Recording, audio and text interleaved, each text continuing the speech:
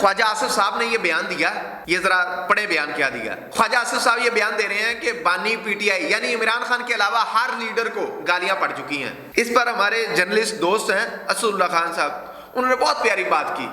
وہ کہتے ہیں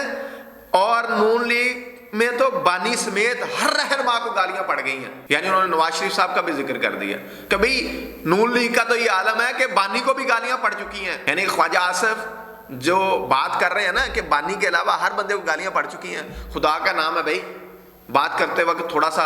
دیکھ لیا کرو کہ آپ کتنے پانی میں ہیں، آپ لوگوں کے کتنے نمبر ہیں۔ تو یہ اسد اللہ صاحب نے ایک میرا خیال ٹھیک بات کی ہے، مناسب بات کی ہے کہ آپ کو جس طرح سے گالیاں نہیں، اب تو بددعائیں بھی شروع ہو گئی ہیں، مائیں بہنیں بیٹیاں جس طرح سے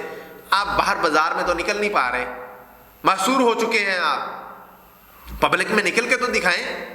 مریم نواز صاحبہ یا باقی لوگ جس طرح سے نکلتے ہیں، کس کو نہیں پتا کیسے نکلتے ہیں، مخصوص لوگوں کو شیلٹر کیا جاتا ہے، ایک چھاننی سے گزارا جاتا ہے، پھر وہاں پر آپ لوگ کوئی ایکٹیویٹی کرتے ہیں۔